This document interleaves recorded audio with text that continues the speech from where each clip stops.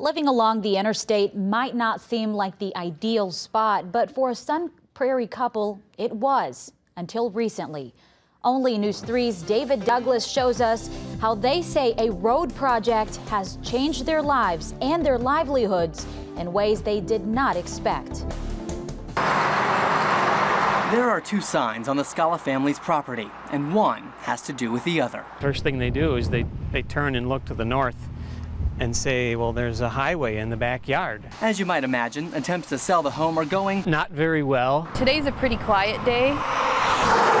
Though construction on a new off-ramp from I-94 started in April, the process began back in 2007. Ultimately, the Wisconsin DOT took a small portion of the Sun Prairie couple's land and wrote them a check for $2,300. The piece they took didn't have impact upon the property per se as much as how much the off-ramp came closer. A private appraiser said the home's value dropped by $20,000 based on plans before construction.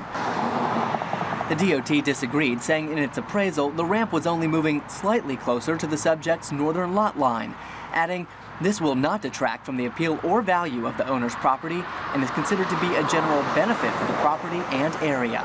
We just feel like we were treated unfairly. Some of their words just weren't very honest.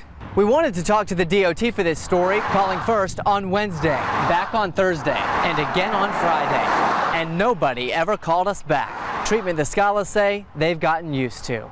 We weren't able to reach anybody by telephone.